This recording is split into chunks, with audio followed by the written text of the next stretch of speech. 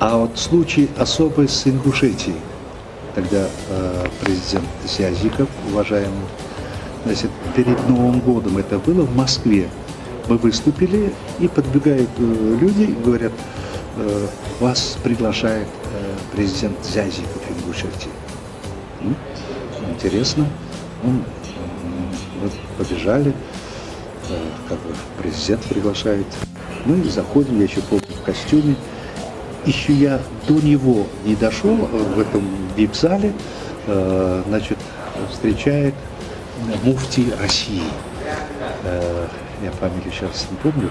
Муфти России, мы с ним поздоровались. Ассаляму алейкум ва алейкум ассалям. И он мне говорит, мархабы, знаете, вот какую вносите вы своим творчеством в укрепление дружбы и потом особенно для исламского мира.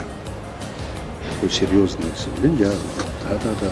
Вы представляете, может быть, многие дипломаты этого им не удается, а вот буквально один, вы несете мир, вы несете добро и элементарные человеческие ценности, любовь, счастье.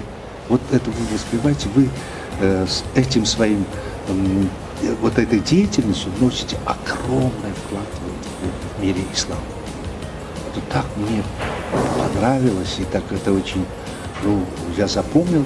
Ну, а потом дальше Зязиков очень тепло принял, мы поздоровались.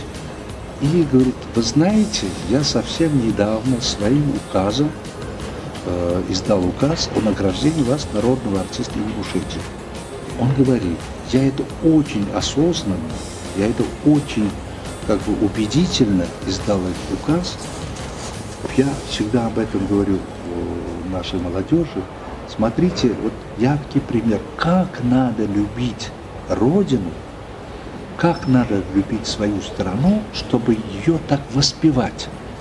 Вот он говорит, вы сами посудите, вот ваши все песни, так называемые хиты, и они все на патриотическую тему. Начиная Учкудук, Шахрисаб, Голубые купола Самарканда, Тажа Тихана. Они все носят такой патриотический характер. Очень проникновенные они, да, конечно. Я говорю, я об этом как-то не думал, просто идет от души. В целях то, что наша молодежь что-то позаимствует, поэтому я вот эту премию, эту награду, это звание я вручаю. Ну, одно из запоминающих, конечно,